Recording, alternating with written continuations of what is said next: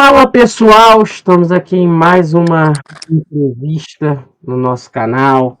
Antes de falar com quem eu vou conversar aqui hoje, de como vai funcionar aqui hoje, com alguém muito especial, peço para que vocês adotem o procedimento padrão de sempre, se inscreveu, deixou o like, ativar o sininho, notificações, nos sigam nas nossas redes sociais, Facebook Progland, Instagram Prog_Land. Também, se você produz música, conhece alguém que produz música, por favor, nos envie o seu conteúdo para a nossa conta no Groover também, Land, e por fim também nos siga no nosso site, proglandmusica.wordpress.com, de resenhas e entrevistas. Introdutório feito, continuando aqui a nossa série de entrevistas muitíssimo especial que a gente está fazendo com grandes nomes da música brasileira. Hoje eu recebo, cara, um cara aqui que... Esse cara é o nome da guitarra brasileira, assim, um dos maiores. Cara, eu muito feliz de estar recebendo ele aqui. O nosso eterno carioca desnaturado e paulista falsificado, Sérgio Rins. Cara, uma honra te ter aqui. Muito obrigado, cara. Prazer estar aqui, cara, de boa, tranquilo. E uma coisa muito importante, né? Antes da gente já falar, a gente vai fazer esse vídeo especial sobre os 50 anos do Criaturas da Noite. O Sérgio também falando um pouco, retomando daquele período, mas claro, linkando com o que ele faz hoje e tudo mais, né? E eu já queria começar a entrevista já falando do show que você está fazendo atualmente, né? Você está Sérgio Rins toca o terço e etc, que é o set que você está produzindo em várias apresentações, você fez até shows, tá agora com a agenda e etc. Se você também puder falar até a agenda até o fim do ano também, né? E agora que você está fazendo esse show, de onde surgiu a ideia para essa apresentação que você está fazendo agora? Porque o terço ainda está ativo, você ainda está super de boa e etc. Que bom, né? Porque tem tanta gente brigada ultimamente, é um acalento, cara. Saber que você, o Flávio Venturini, o Sérgio, tá todo mundo aí ainda junto, mas eles agora, por questões de compromissos de carreira, também não estão fazendo. E como é que tá fazendo esse novo show e etc? Como é fazer esse show homenageando a banda e também sendo um pouco do terço, só que sem eles? Também como tá sendo essa turnê? Então, a questão é a seguinte, o Flávio está fazendo a turnê esse ano de 50 anos de carreira solo, né? E o Magrão, com 14 bis, comemorando 45 anos, então fazendo uma turnê também, Brasil inteiro, com 14 bis. Daí eu parti esse ano com esse show, que é Sérgio Rins, o terço, né? Então são músicos que já tocaram comigo, já fizeram parte do terço em algum momento, e aí a banda tá muito boa, pô, a gente tem feito shows e se você fechar os olhos, você tá ouvindo o terço, né? Porque os vocais são perfeitos, tudo, os arranjos, né? Tudo bacana. O último que eu fiz foi na semana passada no Bourbon Street, em São Paulo, e o próximo agora dia 25 em Brasília, no Centro de Convenções Ulisses. Aí eu vou fazer Sérgio Rins o terço, com Beto Guedes e Lô Borges, né? Oh, caramba. É um teatro para 3.000 pessoas, é um teatro muito bacana lá de Brasília. Esse centro de convenções é um local muito importante em Brasília, de eventos e shows e tal, e a gente vai estar fazendo lá. E pode ser até que isso gere uma turnê nesse formato aí, eu, Beto Guedes e Lô Borges, né? Estou torcendo para que dê tudo certo, quem sabe a gente faça outros shows desse, e talvez em São Paulo também, vamos ver como é que tudo acontece lá. A repercussão está muito grande, o show está quase sold out, e é isso, cara, estou fazendo essa turnê, eu espero que ano que vem, de repente, a gente... o Flávio tocou nesse show do Bourbon Street, ele veio de Belo Horizonte, comigo, né? O Magrão não podia, porque ele já estava com show agendado. O Ruriá do Prá também participou, que é um maestro, pô, que já foi do terço também, é sobrinho do Rogério do Prado, que é o Papa da Tropicália, né? Um maestro famoso. E o Ruriá do Prá, pô, tem um currículo fantástico aí, se formou em Berkeley. Na verdade, ele saiu do terço porque ele ganhou uma bolsa de estudos em Berkeley e foi estudar. E daí ele se formou lá, voltou para o Brasil e faz muitos projetos aí. E recentemente ele estava como regente da Jazz Sinfônica, né? E ele continua fazendo vários projetos com orquestras e tal. E a gente está em projeto de fazer um novo trabalho com terço, com orquestra, né? Que inclusive tem um disco, tem um DVD, né, do terço, com orquestra, com a sinfônica, tem um disco lançado pela Movieplay, o terço e sinfônica. E o Ruriá participou ativamente disso, ajudou o Rogério Duprá a finalizar os arranjos e tal. E a regência foi do Júlio Medalha, né?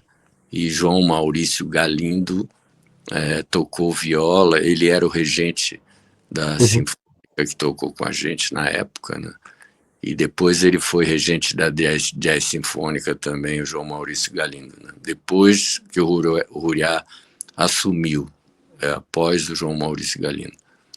E é isso, cara. Estou fazendo essa turnê aí e com um prazer enorme. São músicos fantásticos. O batera é o André Gonzalez, que é professor de bateria, já teve na formação, uma das formações do terço. O Jorge Silk Tarassil, que já substituiu em alguns momentos o Flávio Venturini. Ele é maestro, arranjador e tecladista. E o único que é mais novo e que nunca tinha tocado comigo é o Vitor Guerra, mas ele é luthier, é guitarrista também, canta. Então, assim, todos cantam, então isso aí ajuda nos vocais do terço, com certeza, né? Não, e tá ótimo, assim, eu já até vi, assim, umas gravações e etc, amadores que surgem da internet. Tá muito bom porque você preservou muito do repertório que você já estava tocando com o Sérgio, com o Flávio, né? Então não é uma ruptura muito grande, ao mesmo tempo que tem aquela impressão sua, né? E agora eu quero começar a entrevista perguntando, né? É lógico, o foco dessa entrevista é o Criaturas da Noite, mas a gente vai voltar um pouquinho para contextualizar no tempo. E agora eu quero voltar para mais do que memórias, eu quero resgatar um pouco sentimentos seus, né? Porque sobre principalmente a formação do terço, né? Lá em 68. E o terço ele começou, me corrija até se eu tiver errado, que foi uma junção entre duas bandas. Você era do Hot Dogs e já tinha a outra banda que era o Joint Stock. Você se recorda, e aí não é nenhuma recordação, eu quero perguntar mais do teu feeling mesmo, né? Você é guitarrista, a tua vida é feeling. Eu queria te perguntar o que lá no início te fez, em 1968, com a proposta lá do Vinícius Cantuária, do César de Mercês, do Sérgio Magrão, que eu acho que estava nessa primeira formação, mas depois você me corrija, de entrar pro terço, de começar aquela banda com eles. O que te seduziu para tocar com aqueles caras, para estar com aqueles caras? Então, cara, eu já fazia um trabalho autoral, né? Eu sempre achei que as bandas deviam compor, né, suas próprias músicas e tal.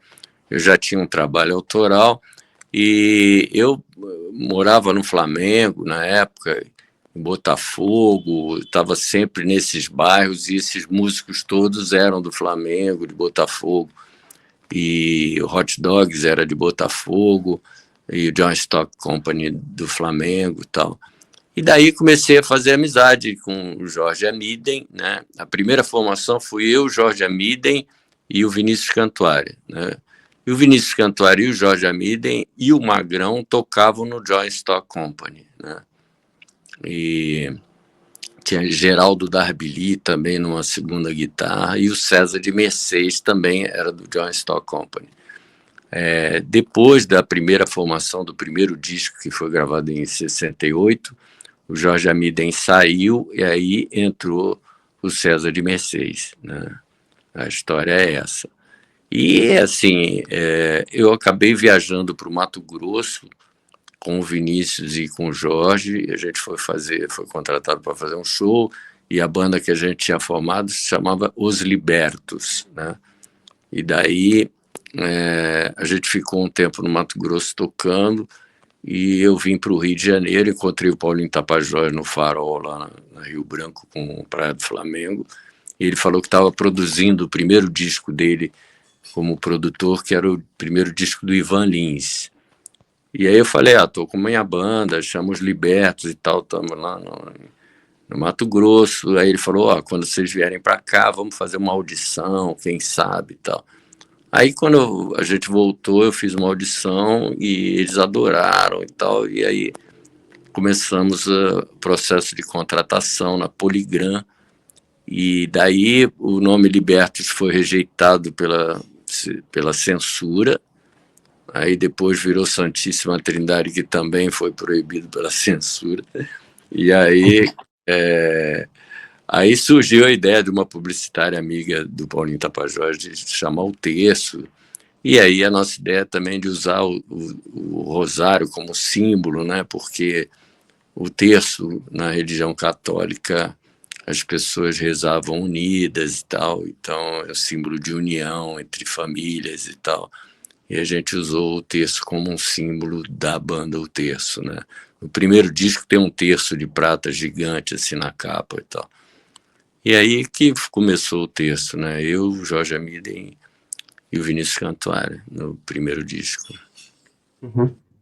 E uma coisa interessante é que, claro, nesse primeiro disco, desde o início, assim, embora vocês tivessem o som mais calcado no rock mais tradicional e MPB, desde o primeiro disco, o som de vocês tinha essa verve muito progressiva, muito aventurosa, né? De vários gêneros musicais, um maior rebuscamento ali. E eu queria te perguntar eu estava vendo algumas entrevistas antigas do Jorge Amiden, né? E bem antigas até, que foram transcritas e etc. E ele cita o início do lado progressivo do terço, antes da saída até dele, depois que ele saiu da banda, que ali, o período entre 71 e 72 foi muito crucial para a história do terço, porque foi ali que você começou a desenvolver, vocês todos começaram a desenvolver até um luthierismo, digamos assim, porque vocês tiveram o violoncelo elétrico que foi criado por você, que era tocado por você, né? E também a tritarra. E eu queria te perguntar disso, como é que veio essa ideia, né? Porque ele citou, assim, mas eu acho que citou de uma maneira muito truncada na entrevista, o Guarabira, né, que, lógico, teve uma participação fundamental com vocês futuramente, etc. Mas ele ajudou a construir esses instrumentos, porque eu sempre tive uma das coisas mais maravilhosas da história do terço, para mim, foi a criação desses instrumentos, esse lado luthierista, assim, dessa primeira fase. Porque, assim, a gente gostava do rock progressivo, né? E na época era o que estava rolando mais forte no mundo inteiro. Yes, Pink Floyd e tal, Jethro Tull, Gentle Giant, várias bandas, né? E o que acontecia? O que era o rock progressivo? Era a mistura do erudito com o rock tradicional e mais a música tradicional do país, né? Então, no nosso caso, nós misturamos o erudito com o rock e com a música, com a MPB, né? Então, como tinha essa coisa do sinfônico e tal, a gente queria fazer ao vivo isso daí, né? A gente já tocava com orquestras e com sinfônicas, por causa dos grandes festivais de música que o Terço sempre participava, né? Participou do Festival Internacional da Canção 2 vezes, Festival de Juiz de Fora, Cataguases, e sempre estávamos tocando com orquestra e tal.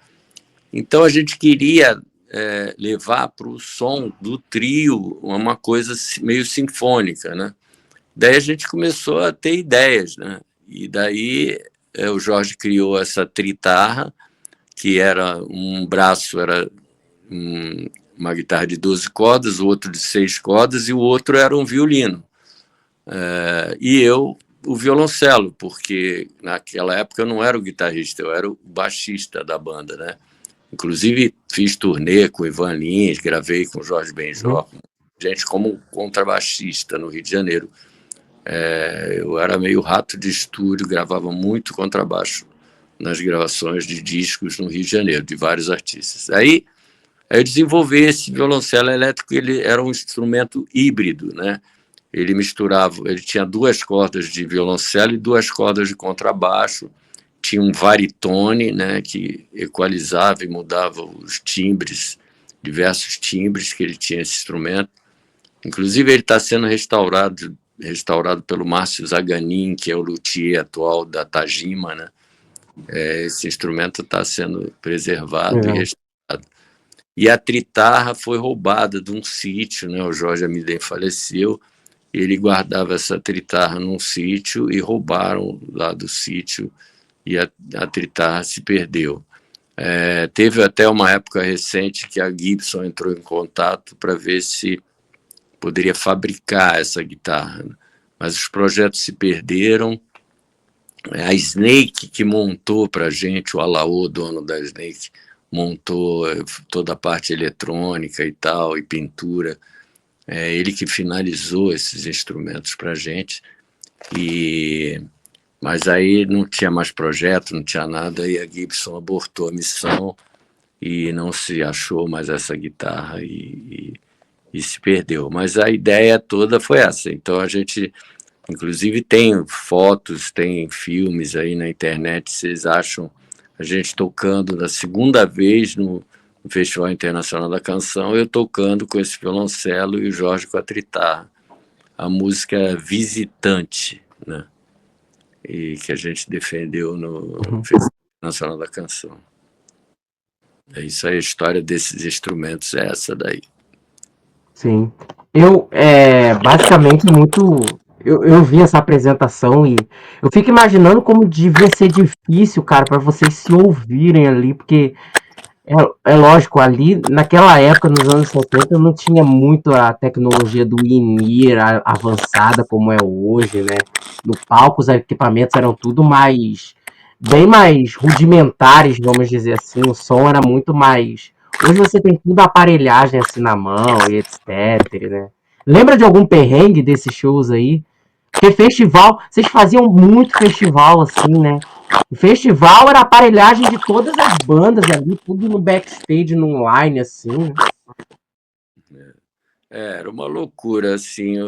O Terço e Mutantes eram bandas que viajavam o Brasil inteiro, aliás, eram as únicas que viajavam o Brasil inteiro, porque nós tínhamos cada um o seu próprio PA, né? Então, eram umas carretas que levavam o PA, às vezes palco, tudo, e eram bandas itinerantes na época, né? A gente conseguia lotar ginásios, estádios aí pelo Brasil. Fizemos de 10 a 15 anos de estrada aí, fazendo show para 150, 150, 200 shows por ano, né? Em ginásios e estádios. Mutantes também. E muitas vezes tocávamos juntos no mesmo ginásio, e daí eles ficavam de um lado com o PA deles e a gente do lado de cá em outro palco com o nosso PA, né? Era bem interessante. Aí, anos depois, já tinham PAs em todos os estados, todas as cidades, né? Hoje em dia, você faz show, você só leva os seus instrumentos pessoais, manda o rider e aí a produção providencia tudo. Tá? Isso tudo que você está falando é correto. Tecnologia hoje tá muito mais legal, as mesas todas digitais que guardam as cenas. Então, por exemplo, se você vai fazer show com 2, 3 bandas, a passagem de som, você guarda a cena na memória da mesa e daí muda outra banda e muda tudo, a equalização, tudo, depois salva a cena dessa outra banda e assim por diante. E daí, quando chega a Vera, na hora do show, o técnico, ou vários técnicos, né? Cada técnico da sua banda vai lá e pega a cena que foi salva, e aí a mixagem está perfeita e tal, o show rola de boa. Você sabe disso, né? Tanto quanto eu, que isso rola nos shows, tanto brasileiros quanto internacionais. Né? Acontece demais isso, né? E na época era na raça ali que tudo era feito. Mas agora, voltando ao terço, né? Um disco muito pivotal que traçou o caminho para o Criaturas da Noite, nesse som mais elaborado e progressivo que vocês já faziam, foi o disco O Terço, de 73, né? E esse álbum, ele tinha uma música, ele tem uma música, que a gente pode considerar que foi uma música divisor de águas para vocês, porque ela já prenuncia o tipo de som que vocês investiriam a partir do Criaturas da Noite, etc, né? Que é um som muito mais um som muito mais melódico e etc, mais elaborado nesses lives eruditos que você mesmo falou. Foi Amanhecer Total. Eu não vou te exigir muito, né? Porque a gente tá falando de uma coisa que aconteceu 52 anos atrás, né? Talvez você não lembre. Mas eu queria te perguntar, você lembra do processo de composição dessa música? E na época, foi deliberado essa suíte? Eu pergunto isso por quê? Porque muitas suítes, muitas longas peças, etc., elas geralmente começam. Os músicos às vezes nem planejam fazer a suíte. Aí ele vai tendo uma ideia, aí vai tendo outra ideia, aí vai tendo outra ideia, e quando ele vê a música já tem 20 e tantos minutos e não sei quantas partes. Né? Foi assim com Amanhecer Total e etc. Eu queria te perguntar isso. É exatamente isso que você falou, foi isso. É uma série de ideias que vão surgindo, e na época era normal fazer músicas longas e tal, e aí a gente compôs ela desse jeito, né? Criando várias partes, né? E aí vai se contando a história, tanto musicalmente quanto com a letra, né? Então, Amanhecer Total foi criado dessa forma aí que você explicou bem claramente. Né? É uma junção, né? Um dia você faz uma parte, na outra, mas tem pessoas que compõem de uma vez só, né? Uma suíte. Nesse caso, ela foi feita em partes. Eu já nem lembro se ele demorou 1 dia, 2 dias, não lembro quanto tempo para finalizar a música, né? Mas é isso. Aí depois parte-se para o arranjo, né? E aí cada um vai dando uma ideia e vai se aperfeiçoando até chegar à versão final, né? Para poder entrar no estúdio e gravar, né?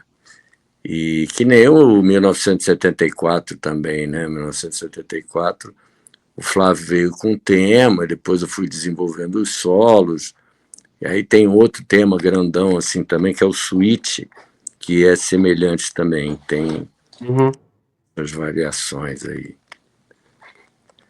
E era muito E, comum na época as bandas de rock progressivo fazerem músicas longas, né? uhum. E basicamente, né, esse álbum, essa música, ela foi, assim, olhando retrospectivamente a discografia, ela foi muito importante nesse sentido.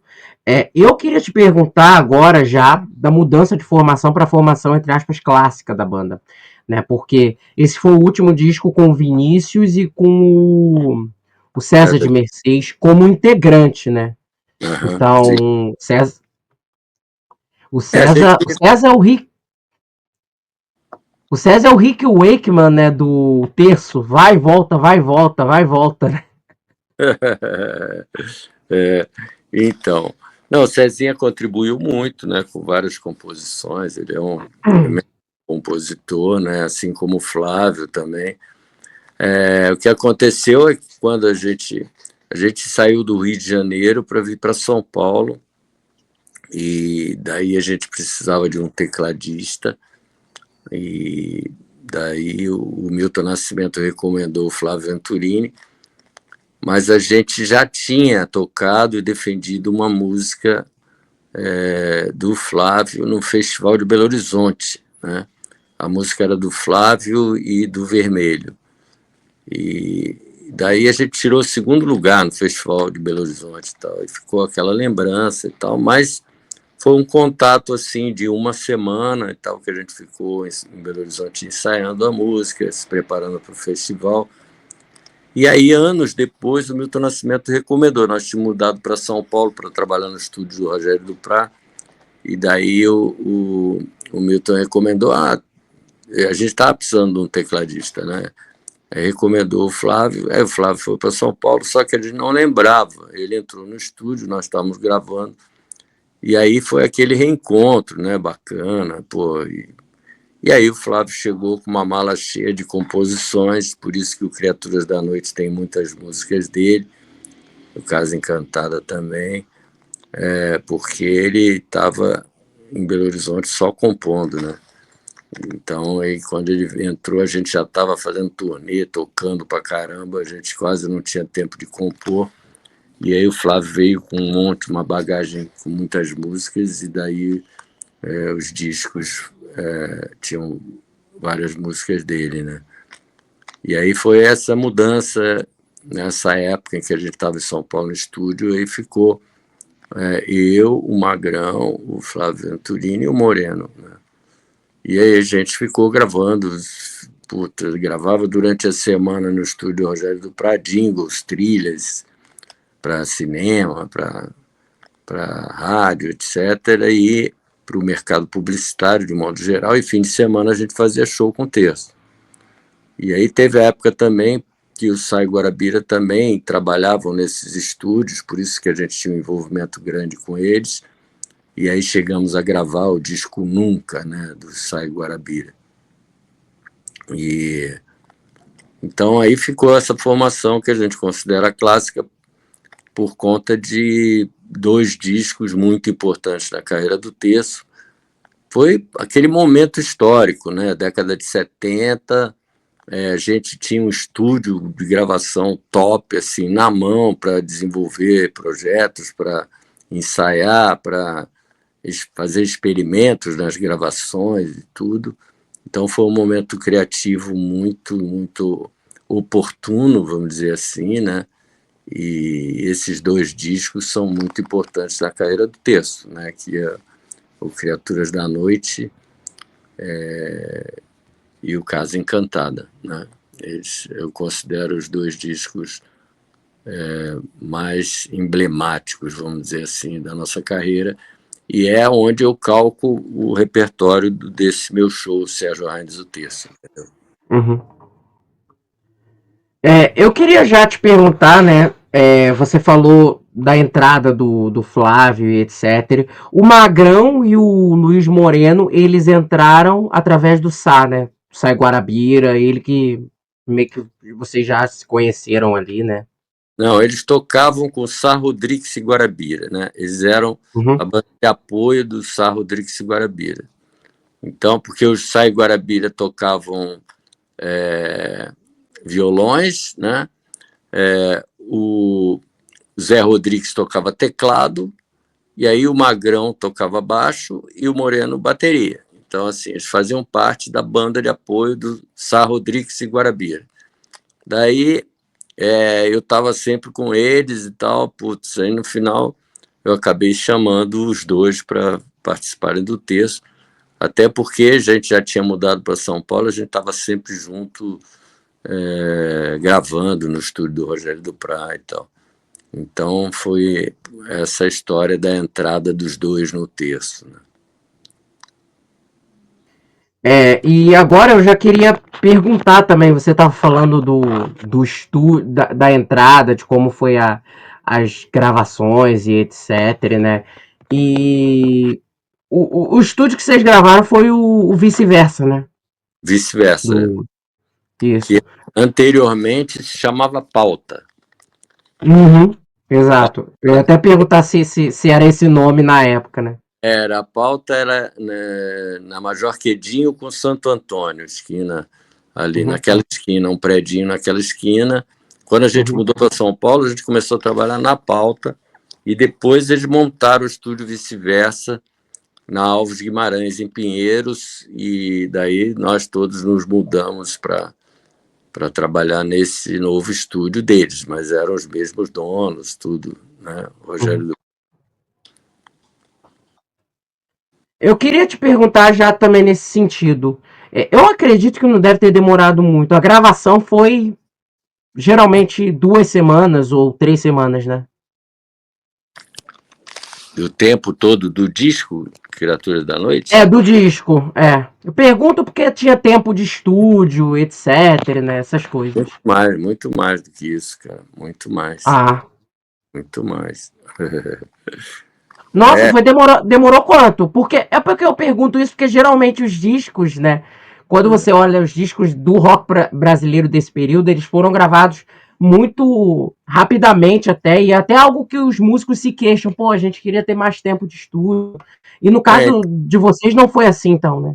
não Legal. foi porque a gente não tinha esse problema de tempo. A gente podia usar Uhum. o estúdio quanto quisesse, porque era o estúdio que a gente trabalhava, entendeu?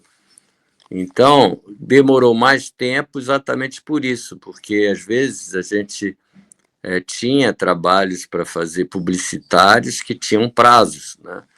E o nosso disco não tinha prazo, né? A gente estava fazendo no nosso time.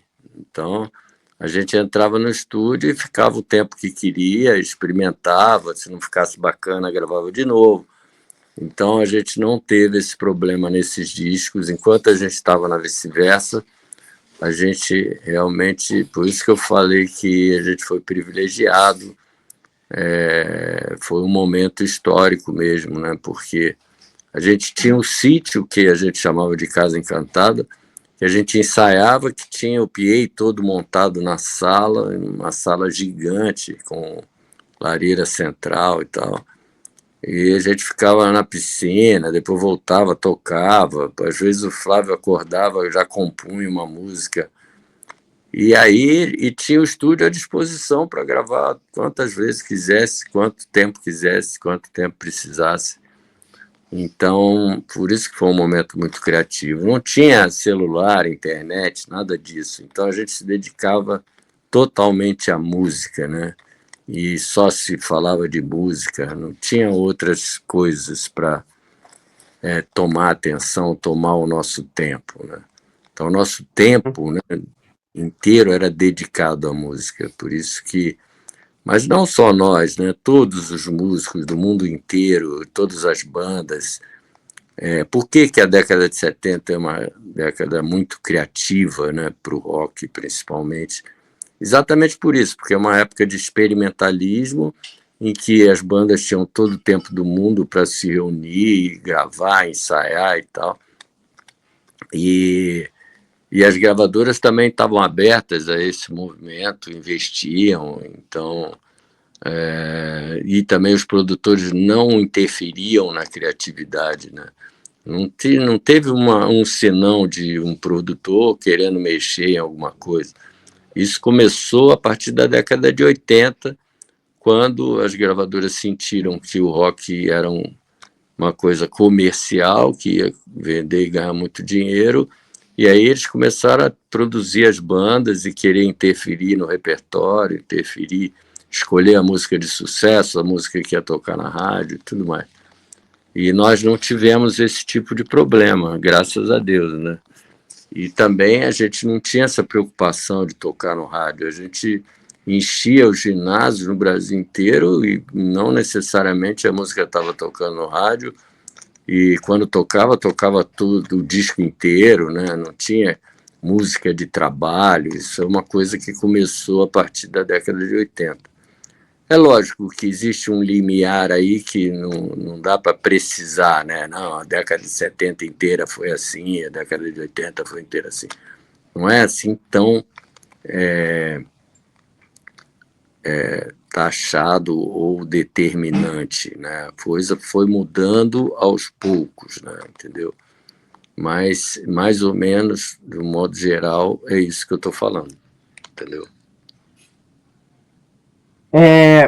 O Paulo Rocco, que era parte da direção artística na época, ele. Você até fala que vocês tinham um privilégio, que vocês não enfrentaram muitos problemas que outras bandas tiveram de questão de repertório, alterado, etc, né? Qual foi a reação? Você lembra de alguma coisa que o Paulo Rocco, que era diretor artístico, tenha falado para vocês na época sobre o Criaturas? Porque o Criaturas, ele é um disco tão único assim, né? Ele veio num ano em que ele soava muito distinto dos outros discos de rock que estavam sendo feitos paulatinamente ali no Brasil, né? Não, ninguém opinou nada, cara. Graças a Deus. Eu acho que era tão surpreendente o que a gente estava fazendo. Não estou falando assim egocentricamente, né, dizendo que era demais, nada disso. Era diferente do que estava sendo feito, entendeu? Sim. Surpreendente nesse sentido, por ser diferente e tal. A questão da qualidade é questão de gosto, né? Não vou falar que é melhor ou pior do que qualquer coisa, não é esse o caso. Por ser diferente, eles não entendiam direito o que estava acontecendo e achavam que era um momento mesmo histórico da música, então eles tinham que respeitar e não queriam interferir na criatividade exatamente para que a coisa fluísse da maneira que foi criada, né? Isso por isso que eu falo que é um momento histórico, né? Porque a maioria dos produtores e diretores de gravadora depois começaram a interferir em tudo, né? Porque o comércio, o capitalismo começou a ser entendido mais profundamente, né, no verdadeiro sentido do capitalismo. Os donos das gravadoras começaram a sentir que eles tinham um filão para ganhar dinheiro e tal. Então, é por isso que foi um momento histórico, porque a gente viveu um momento de transição de tudo, né, em que o capitalismo ainda não tinha abocanhado tudo, em que o gosto musical, aprimoramento, sensibilidade, isso tudo ainda tinha um poder muito grande sobre o dinheiro, né? Então, e ao passar dos anos, o dinheiro começou a comandar tudo, né? A responder tudo e a direcionar tudo, né? Por isso que é muito difícil hoje em dia se voltar a acontecer as coisas que aconteceram na época, né? Essa liberdade criativa e tal. E também até o estilo de música, né? Porque o estilo de música é muito rebuscado, com os arranjos mais trabalhados e tal, que hoje o jovem não tem mais esse tempo, nem quer, né? Tipo, perder muito tempo escutando coisas muito rebuscadas, entendeu?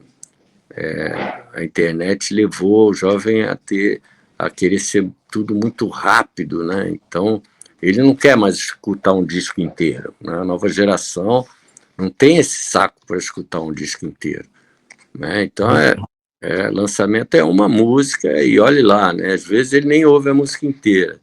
Se interessa, acha bacana, mas não, não ouve a música inteira. Então, hoje a gente está vivendo um outro momento, né? Mas tudo bem, assim, tudo evolui e a gente tem que aceitar essas mudanças, né? Assim, e a música está caminhando para ser cada vez mais descartável, e agora veio a inteligência artificial para fazer super bem feito qualquer coisa, né? Qualquer, Nossa, inclusive medicina, engenharia, tudo. E música também, porque é muito fácil. A inteligência artificial, ela pega informação do mundo inteiro, né? Uma grande memória, e não dá para competir com o ser humano, entendeu? Né? A inteligência artificial, ela aglutina tudo isso, extrai o melhor. Então, se você dá meia dúzia de informações para a inteligência artificial criar uma música, ela cria uma música muito melhor do que a que você iria criar em 2 minutos, nem isso. com arranjo, com tudo. Por quê? Ela faz uma seleção do melhor do mundo e aglutina tudo ali naquele seu pedido. Então é muito louco.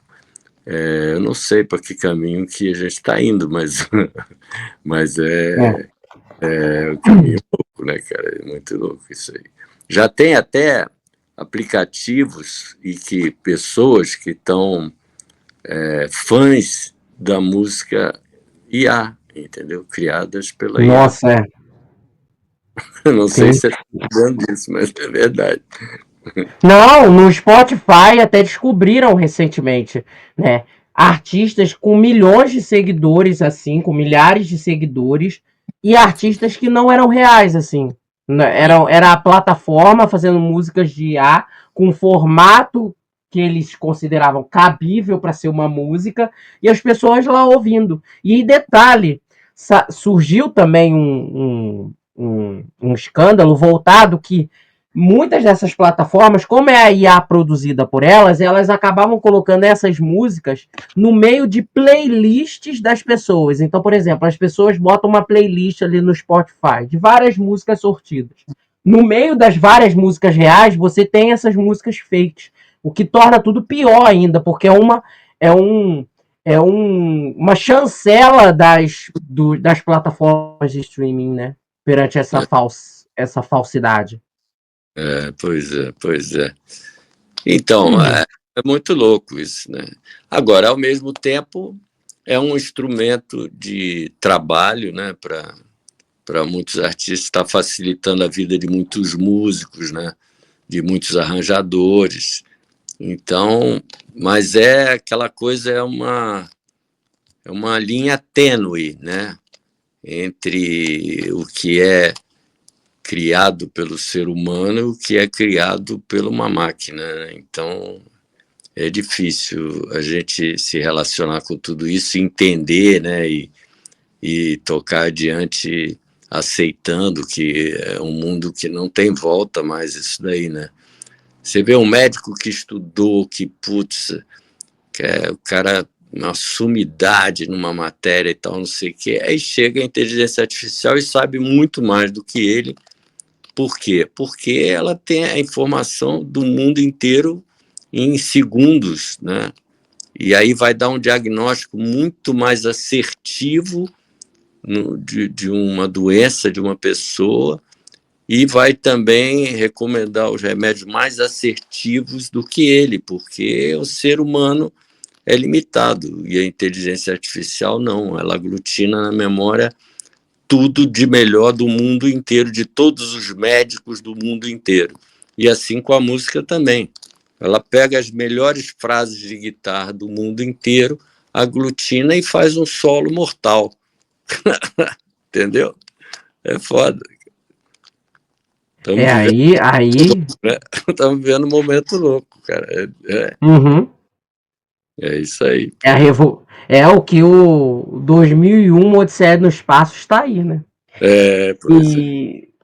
Pois é. E eu queria te perguntar, foi até bom você ter tocado nessa questão de novos públicos e etc, juventude, etc, essas coisas, né?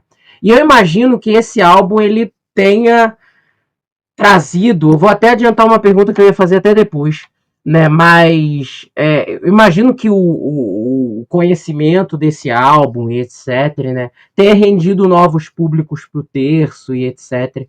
E eu queria te perguntar até porque ultimamente anda tendo ondas de relançamentos, né, de álbuns, né, formato de vinil, deluxe, com livro, etc, essas coisas.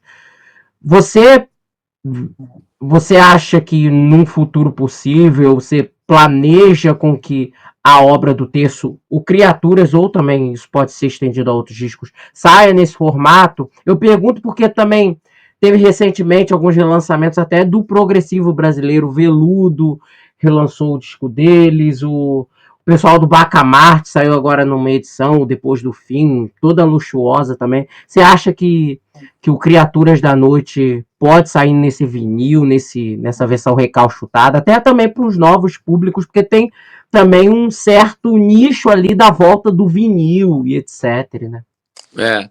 Não, é um nicho que existe já, né? Mas assim, é muito pequeno, cara, né? Então, é muito pequeno, mas é um nicho que pode ser, vamos dizer, oferecido para esse nicho um trabalho e um lançamento, um relançamento dos trabalhos do Terço, sim. Depende de alguns acertos e tal, de um interesse, de investimento nisso daí. Mas é uma coisa assim que hoje é difícil, é mais os aficionados, mais os investidores em cultura e tal, ou entrar em algum tipo de projeto incentivado, tal, para você fazer uma coisa dessas, porque não vai ganhar muito dinheiro, né?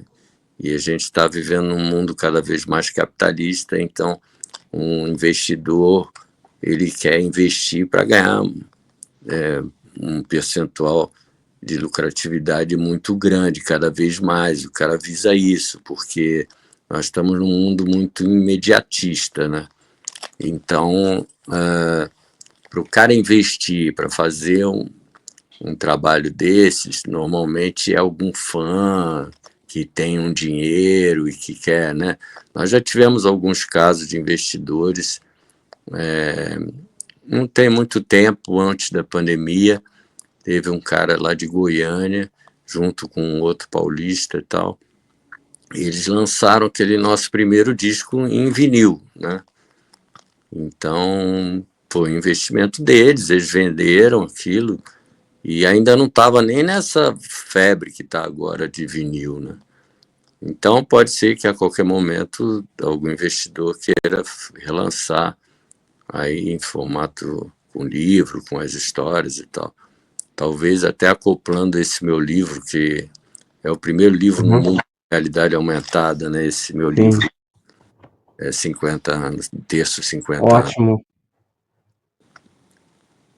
E um livro ótimo, assim, né? O Nélio também mandou super bem ali contigo, né? O Nélio, putz, eu estava escrevendo livro durante a pandemia, né?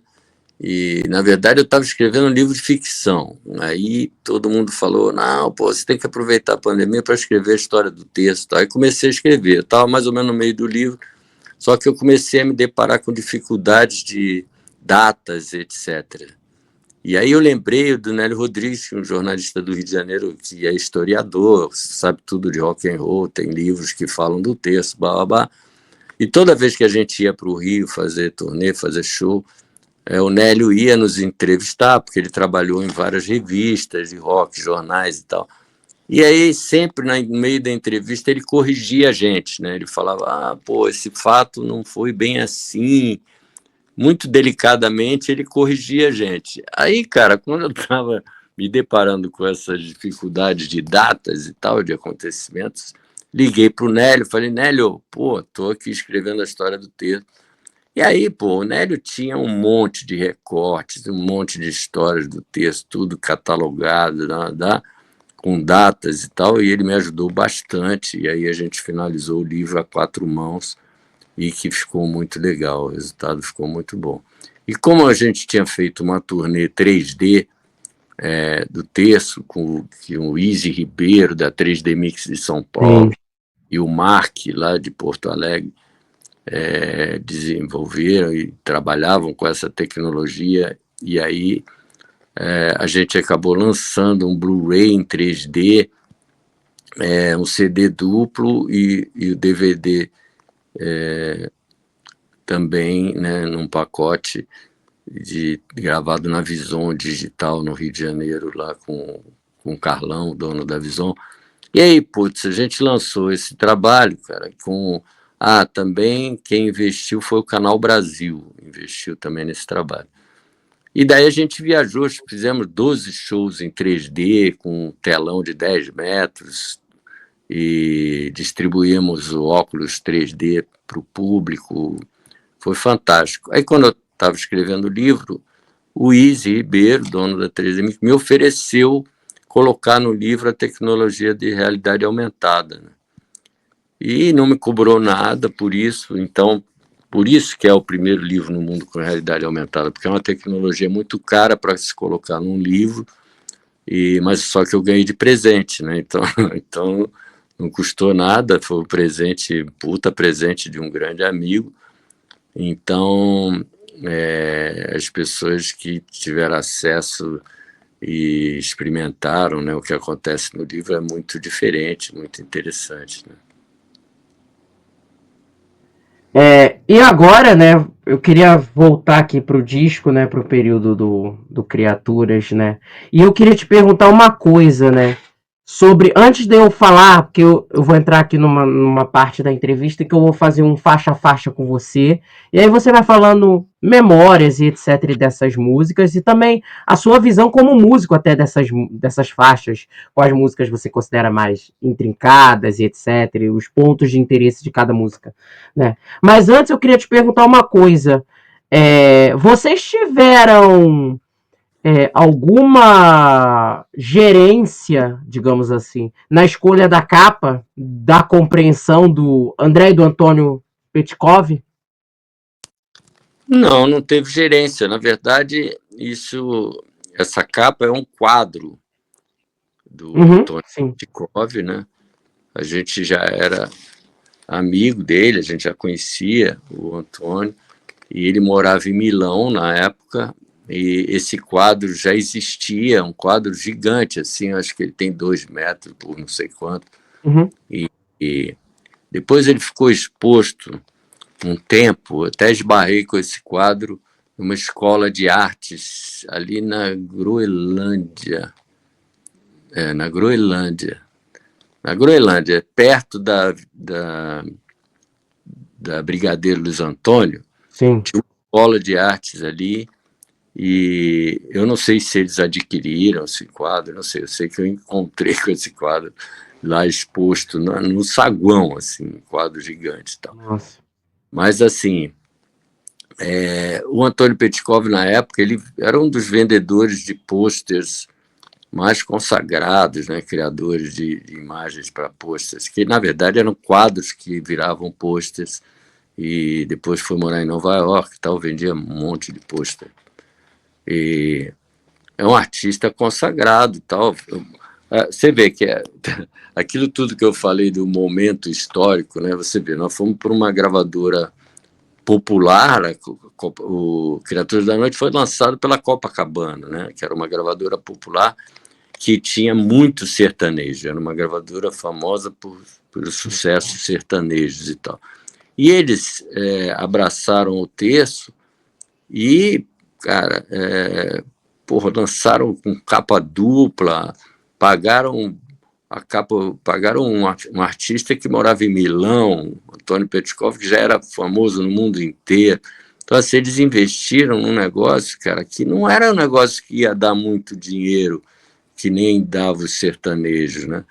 Então, os caras acreditaram e também foram motivados a fazer aquilo naquela época, né?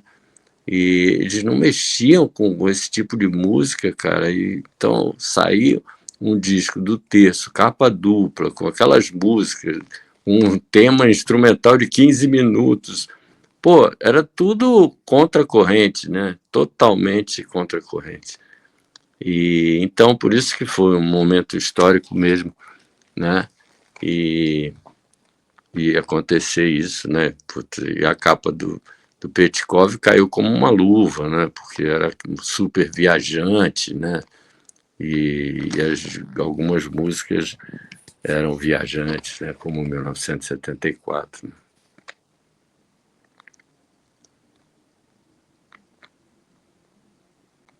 Vocês que pessoalmente escolheram, né, a capa ali, né? Então, foi um conjunto de conversas até se chegar naquilo que aconteceu, né? Da escolha desse quadro para ser a capa do terço. Né? E agora eu já vou começar a falar das músicas em si, né? Antes, só para fazer um adendozinho, né? Suíte, originalmente, era dessa época também, era dessas sessões. Vocês chegaram a gravá-la no estúdio porque consta-se que vocês já tocavam ela em shows e etc, né? Já, já. A gente já tocava. Assim como o 74 também, né? Esse repertório a gente já fazia em show. E daí, depois é que a gente imprimiu em disco, né? Mas a gente já vinha tocando essas músicas. Uhum. E agora, já vou começar a falar do repertório. Rei Amigo. Ela é uma música do César de Mercês. Eu queria te perguntar se você lembra a ocasião. Ela a gente pode dizer que é o maior clássico do terço. Música mais lembrada de vocês hoje, assim, né? Do grande público, né? Porque os hardcore lembra de tudo, né? Mas você É. lembra de como o César veio com essa música e etc? E quais são as suas visões sobre essa música hoje? Ah, essa música, cara, ela assim, ela que chamava, né, as pessoas a cantarem junto, né? Então, na década de 70, ela teve uma representatividade muito grande, porque era o rock que estava em ascensão total no mundo inteiro. Então era uma música que era uma convocação, né, a tocar junto, a cantar junto, né? Rei amigo, cante a canção comigo, né? Uma coisa simples, mas é uma convocação. E aí, e também a levada, um rock básico assim, e era a música mais popular do terço e tocava muito nas rádios e também era a música que a gente sempre fechava o show. Uma vez até tentei experimentar não tocar o Rei Amigo, foram me buscar no camarim para tocar. Não tem como, né? E não tem como, né, pô? É, é que nem o Milton Nascimento também reclamava, pô, naquela época que se ele não tocasse Travessia, cara, puta, os caras vaiavam, né? Então, ele tinha que tocar Travessia em tudo que era show, né? Então, assim, é uma música que, putz, é um marco e tal na carreira do terço, a música mais popular. As pessoas podem até não conhecer o Criaturas da Noite, o 1974, o Queimado e tal, mas o que é amigo conhece, né? Aí, se não conhece, na hora que se toca, aí ela lembra que já ouviu na rádio algum dia, né, tal. E então, a música é muito importante, lógico, na carreira do terço, né? E o Cezinha, a contribuição dele, não só com essa música, com outras músicas também é muito importante. Só para perguntar, ela foi a primeira que vocês selecionaram, quer dizer, que foi selecionada não, que vocês gravaram pro disco? Não, Ou, a primeira ou não gravação. teve esse critério?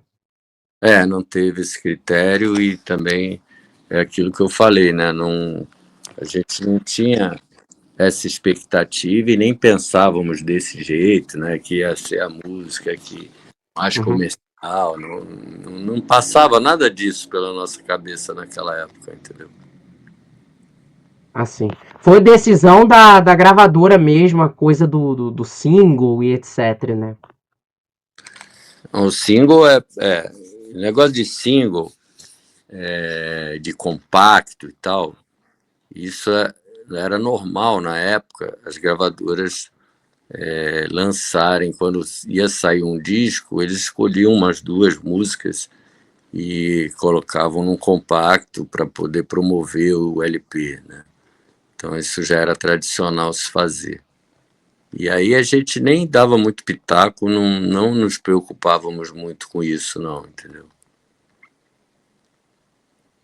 Sim, e agora eu queria perguntar já da segunda faixa, Queimada, que já mostra muito da influência mais folk da banda e etc. E ela é uma composição do Flávio Venturini, que era tecladista, mas ele também tocava viola, né? É, Então, eu pô, acredito que inclusive nessa música ele deva ter tocado, né? tocou, E quais são tocou. as suas observações sobre essa música?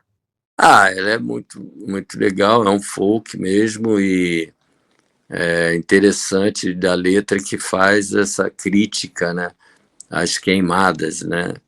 E teve até um fato interessante que a gente foi fazer um Fantástico com essa música e aí a Globo fez uma super mega produção, né? 70 pessoas, 2 caminhões, um ônibus, 2 ônibus, né? E aí fomos para uma fazenda no interior do Rio de Janeiro para gravar o clipe, né? Para o Fantástico. E daí tinha que, lógico, fazer uma queimada para. Mas assim, a gente chegou lá, eles tinham desmatado um morro, e aí tinha árvores para cada lado e tal, e o morro careca, assim, porque desmataram. E, e aí, cara, eles tacaram fogo dos 2 lados do morro e a gente cantando no meio. Então, assim, é um negócio nonsense, né? Porque a música criticando a queimada e foi feita uma queimada para poder criticar a queimada, né? É engraçado. Aí tinha uma plateia que eles tacavam fogo também, uma casa que ele estava dentro e depois pegava fogo, e tinham várias cenas de fogo assim. A gente quase se machucou na queimada da casa lá, com o sofá queimando, quase queimou o Flávio. Mas enfim, Caramba. é engraçado o lance do fazer uma queimada para a gente falar, né, criticar a queimada. Né? Pois é. Eu queria perguntar já até uma questão também voltada, né, da letra, né? Que as letras elas têm também esse lado muito. É uma letra muito brasileira, né? Eu gosto das letras do César de Mercedes, que são muito brasileiras. Ele não tenta imitar muito o que é feito lá fora. Geralmente, as parcerias do César com vocês, ele trazia a letra antes, música depois, era tudo feito ali concomitantemente no estúdio. Como É, era? era misturado, não tinha uma regra, não. Não tinha uma regra. Né?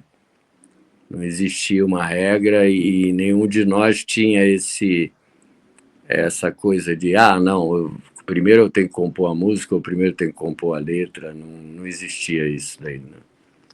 Pelo menos com a gente não tinha muito essa coisa, não. O Flávio, ele tinha mais essa coisa de trazer a música para depois colocar-se a letra, né? Mas a maioria dos outros não tinha muito nenhum tipo de critério, não, entendeu? Podia ser uma coisa ou outra. Assim. E agora, a terceira música do disco, Pano de Fundo. Composição do Sérgio e do César de Mercedes também, né? Então, Pano de Fundo. Então, mas o Pano de Fundo é uma música instrumental, né? Uhum. E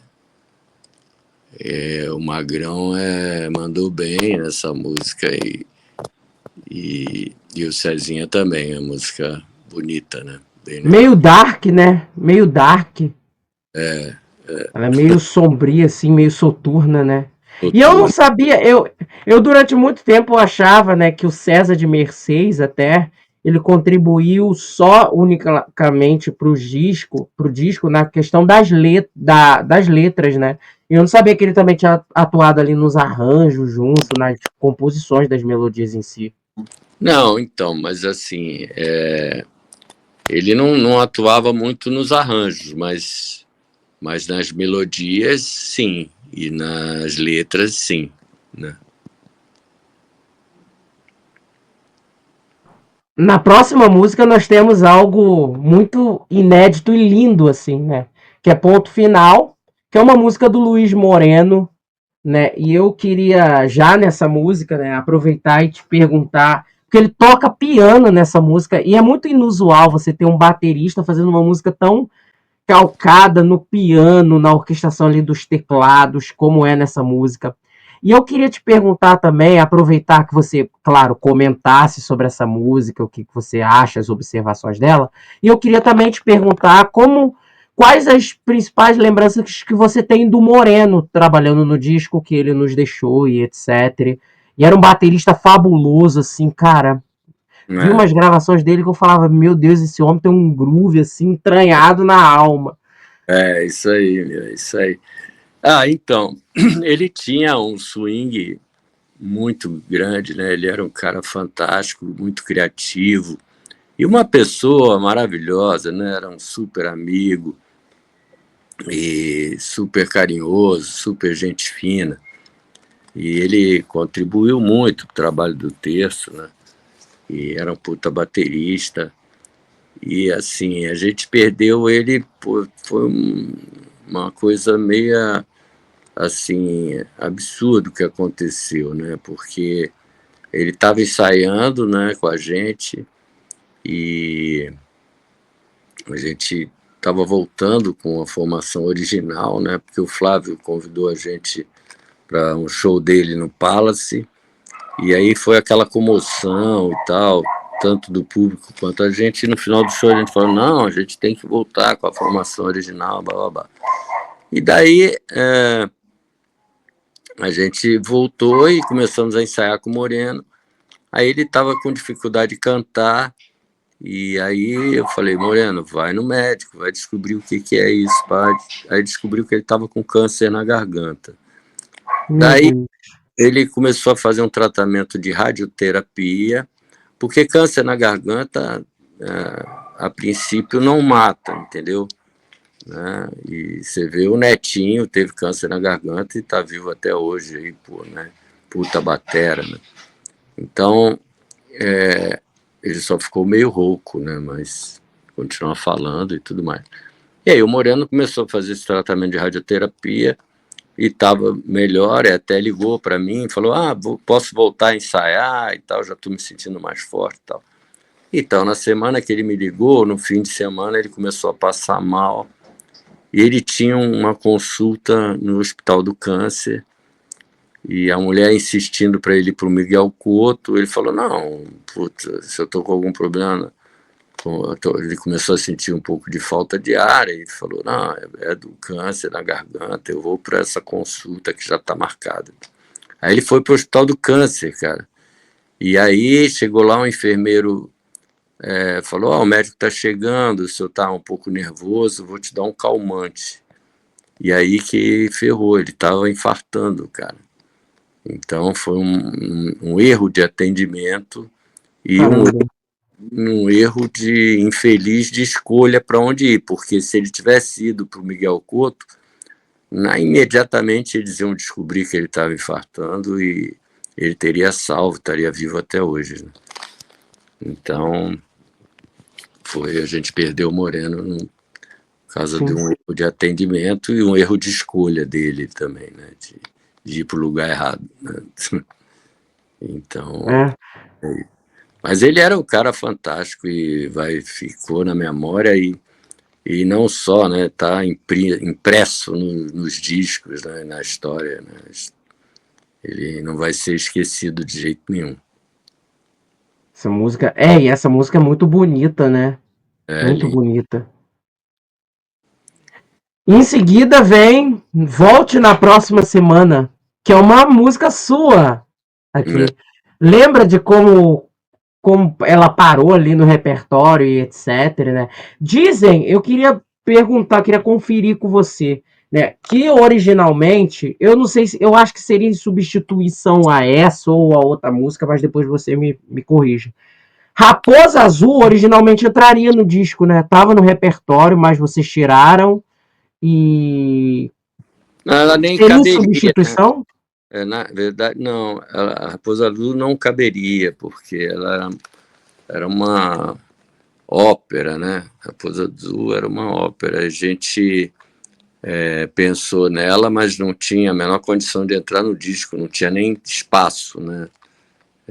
O LP não caberia Raposa Azul, mas a gente pensou, era uma ópera rock, Raposa Azul, a música existe e às vezes a gente pensa em retomá-la e fazer alguma coisa e tal. A gente vive pensando em Essa ópera rock.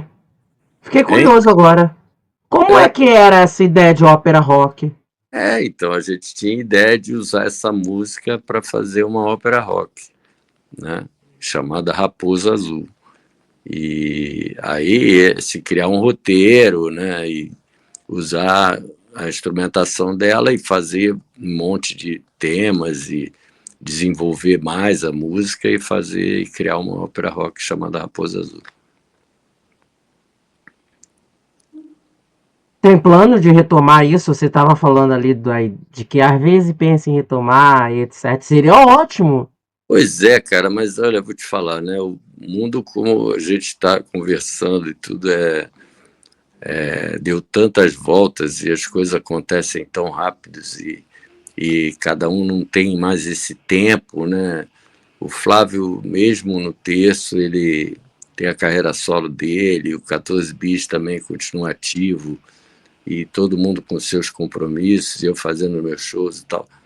Então é muito difícil hoje a gente ter o tempo de montar uma ópera rock, criar, se dedicar a isso. Teria que ter um grande patrocinador para, tipo, brecar todas as turnês e botar uma grana para a gente ficar trancado num estúdio desenvolvendo esse trabalho e depois desenvolver com atores, com diretor de teatro. É um projeto assim, cara, que putz, toma um ano da carreira de todo mundo, entendeu? Então é quase que impossível de ser realizado, é um meio sonho isso aí, né? Entendeu? Mas o plot, tudo tá pronto, né? Vocês só precisariam sentar e compor ali a coisa, né? É, com certeza. Só que esse sentar aí toma um tempo desgramado. É, pois é. E agora, voltando, né, pra pergunta que eu até interrompi, né? O Volte na próxima semana, como você sentou e compôs ela? Você lembra de como ela parou no disco? É uma Então, composição, a única sua, né? Acreditada. nesse disco, na verdade, o Volte na próxima semana era meio que falando de tudo, né? Do disco todo, Volte na próxima semana para ver, porque a gente ia fazer isso tudo de novo, entendeu? Né? E é a música que a gente tem encerrado o show, né? A gente toca o Reamigo e depois o Volte na próxima semana, né? Ela é ótima pra isso, né? Convidando as pessoas a voltarem para o próximo show, entendeu? Né? E aí eu fiz essa música pensando nisso, na convocação, o Reamigo convocando as pessoas a cantarem com a gente e volte na próxima semana convocando as pessoas para voltarem para o nosso show, entendeu? É isso aí.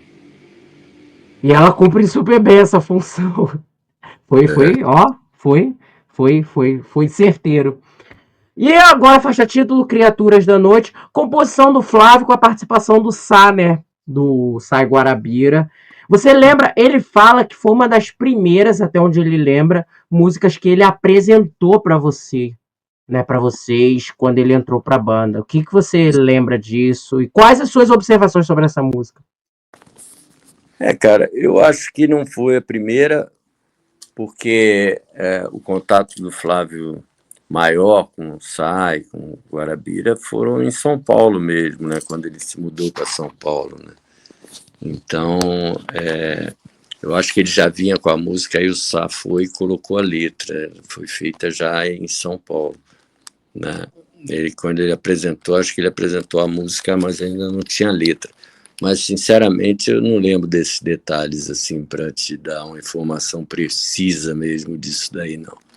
Né? Faz muito tempo para lembrar desses detalhes. Vou ficar devendo essa daí. Uhum. Mas dessa música, o que você enxerga, como você, qual a sua opinião sobre essa música, harmonicamente, liricamente? Cara, a tua guitarra nela, em Volte na próxima semana, quer dizer, no disco inteiro é uma guitarra muito, muito única, ela soa muito, tem uma vertente muito, digamos assim, textural nela, mas também tem solos ali. E eu fiquei de cara, assim, eu não sabia. E você me corrija sobre equipamento até que eu vou perguntar para você. Nesse disco, nessa época você usava uma SG Gibson? Uma Gibson SG, que hoje eu toco com uma réplica dela, porque eu sou endosse da Tajima, né? Então eu toco o endosse mais antigo da Tajima. Eu toco com uma réplica dela, Tajima, uma SG com a mesma alavanca Bigsby, e E aí tocava com um fuzz face, que era uma distorção que o Jimi Hendrix usava um Ecoplex, que era um delay de fita, né, na época, e um chorus da Boss, e só. Era só isso que eu usava. Ah, não, minto. Tinha uns amplificadores também, porque eu usava 2 caixas Leslie e o Rei Amigo, por exemplo, o som de guitarra tem caixa Leslie. Né? E eu usava no palco 2 caixas Leslie e um amplificador com uma corneta da Univox, né, que era uma marca da Giannini, com alto-falantes italianos RCF. Né? Então todos os alto-falantes todos os amplificadores eram valvulados. A gente tinha um equipamento, o PA do terço era todo valvulado, cara. A qualidade de som do terço ao vivo na década de 70 era insuperável. Assim, era uma loucura a qualidade de som. Hoje, eu te falo, a gente já tocou em tudo que é PA, assim, internacional, os melhores, mas nunca um som tão bacana quanto o que a gente tinha na época. Porque, não sei se você sabe, mas os preciosistas, eles usam amplificadores valvulados em casa para escutar os LPs, né? E assim, a gente tinha um PA todo valvulado. O que acontecia? Porque era praticamente inviável, né, dar continuidade nisso, porque é muito caro. A manutenção, né? Então, toda turnê, cada fim de semana que a gente tocava, quando voltava, ia tudo para revisão na Giannini, trocava válvula, trocava tudo. E no meio do show, tinha alguns amplificadores que paravam. Mas só que a gente tinha muitos, então sempre substituía, então não tinha problema nenhum. Mas a qualidade de um PA valvulado, cara, é insuperável. Não existe nada parecido. O som é muito legal, muito legal. Né? Então, é uma outra coisa também que foi muito importante no início da carreira do Terço. Né? O som do show ao vivo do Terço era muito legal, cara. Eu pergunto isso da guitarra porque teve uma época que você estava usando. Você é um cara que não tem preconceito, assim, né? Você teve uma época que você estava usando naquele show do Canecão de 2005. Você estava usando bastante PRS também, assim. Eu achava aquelas PRS lindas, assim, que você usava também. Eu já usei muita coisa diferente, né? Agora mesmo, há pouco tempo, eu estava tocando com uma guitarra Harley Davidson, né? Que eu sou motociclista. Oh, caraca, Aí aquela guitarra quebrou lá no Japão, fui tocar no Japão, ela quebrou, acabei de lá. Agora a gente está fabricando outra, em qualquer momento eu volto a tocar nela. Mas eu estou para lançar uma guitarra de fibra de carbono também, muito legal. Legal, cara. Vamos ver. Nossa, vai ser. Não, fazer essa coisa também sustentável, né, na guitarra, que é uma coisa para a vida, né? Porque a guitarra ela dura a vida toda ali com o músico, né? Então, é uma coisa ótima. Eu queria te perguntar só um detalhe sobre essa música Criaturas da Noite, né? Quando vocês ouviram, vocês desde o início já sabiam que ela seria a faixa título do álbum, né? Se a gente já sabia desde o início? Sim, desde quando vocês já tinham a música ali no repertório e etc. Não. Foi pensado depois que já estávamos gravando. Depois que a gente resolveu chamar de Criaturas da Noite. Eu queria perguntar também uma outra, aproveitar já nessa música, né? Que a gente estava falando sobre essa coisa, você até usou até um gancho legal que foi a sua participação também em mercado internacional, né? Consta-se, muita gente fala que vocês teriam gravado uma versão em inglês para esse álbum. Isso rolou mesmo? Rolou, foi lançado. Sério? Foi de onde veio a iniciativa? Foi de vocês mesmo, o pessoal da gravadora? Foi da gravadora. Inclusive foi a sobrinha de um diretor que nos assessorou, porque ela era professora de inglês, e aí ela nos assessorou a cantar com o inglês correto e tal. E aí foi gravado e foi lançado no Chile, na Argentina, pela editora 4, e na Europa, acho que foi lançado pela Vinyl Magic, não sei. Foi lançado na Europa também, essa versão em inglês. E aí tem esse cara que lançou o disco,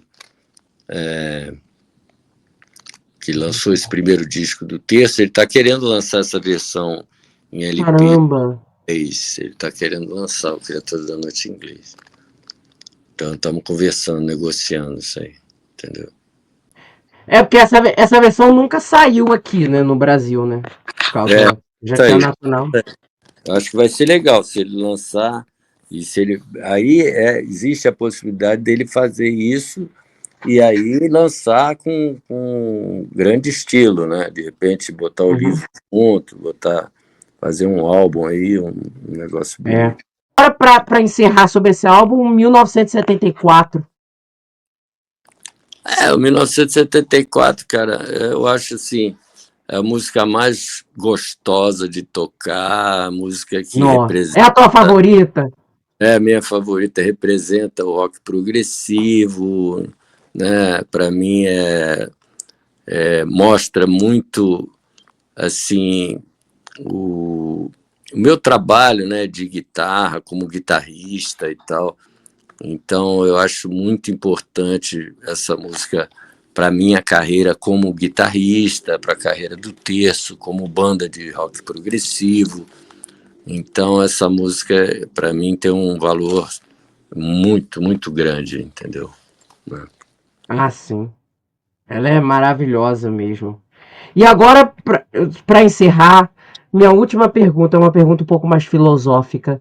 Se você pudesse definir toda a sua trajetória como guitarrista e do Terço em uma frase, qual seria? Nossa, essa pergunta é dificílima. Uma palavra? Então, cara, eu acho que emoção. Emoção. Né? Eu vivo em cima da emoção, né? Assim, a música sem emoção não existe, né? O músico sem emoção, ele pode ser o melhor guitarrista do mundo, o melhor cantor do mundo, né? Se ele não tiver emoção, se ele não imprimir emoção no trabalho dele, não imprime no coração das pessoas, né? Então, Pois é.